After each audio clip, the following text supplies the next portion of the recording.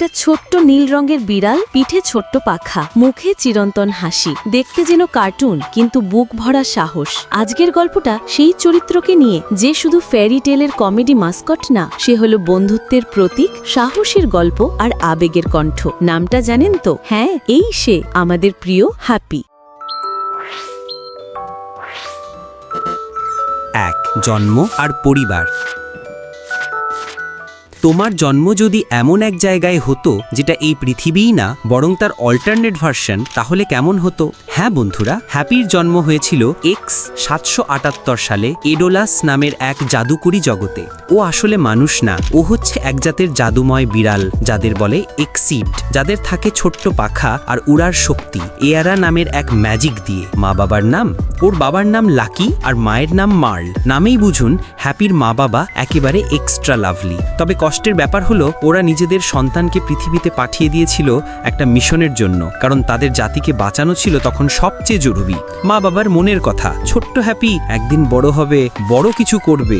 ওরা ছেলেকে ছেড়ে দিয়েছিল ঠিকই, কিন্তু বিশ্বাস করেছিল ও একদিন ফিরে আসবে, আর ফিরে এসেছিল। এটাই তো গল্পের সবচেয়ে সুন্দর অংশ।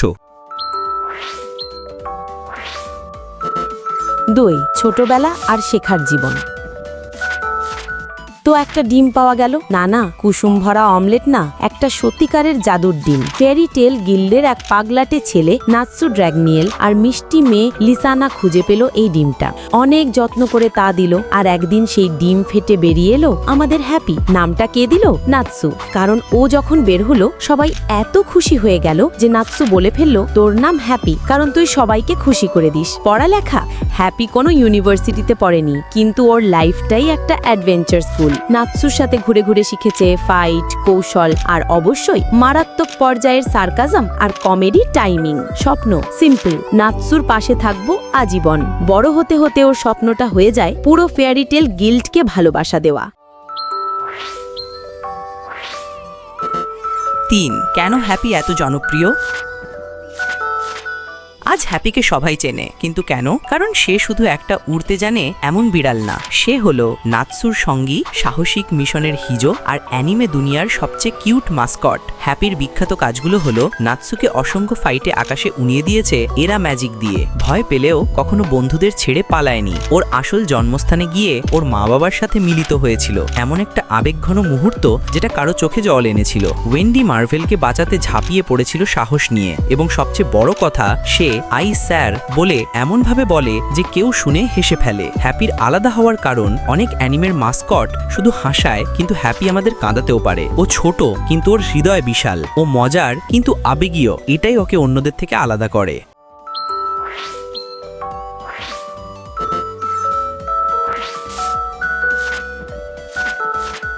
হ্যাপি নামটা যেমন, গল্পটাও তেমন, হাসি আর ভালোবাসায় ভরা। এটা প্রমাণ করে দেয় একজন সত্যিকারের বন্ধু বড় হতে হয় না, বড় মন থাকতে হয়। তো বন্ধুরা, যদি এই ছোট উইংড হিরোর গল্প ভালো লেগে থাকে, একটা বার সাবস্ক্রাইব আর লাইক মেরে ফেলুন, আর নিচে কমেন্টে লিখুন আপনার প্রিয় ফেয়ারি টেল চরিত্রকে। তো বন্ধুরা, হ্যাপির এই মিষ্টি কিন্তু মহাকাব্যিক গল্পটা কেমন লাগলে একটা লাইক, সাবস্ক্রাইব আর কমেন্টে জানাও তোমার প্রিয় অ্যানিমে সাইড ক্যারেক্টার কে। আর যদি হ্যাপির মতোই কিউট ডাক্তারে পরিণত হওয়া এক ছোট্ট হিরোর গল্প শুনতে চাও, তাহলে স্কিপ করো না, এই ভিডিওটার পরেই দেখে ফেলো Tony Chopper, the tender doctor of One piece.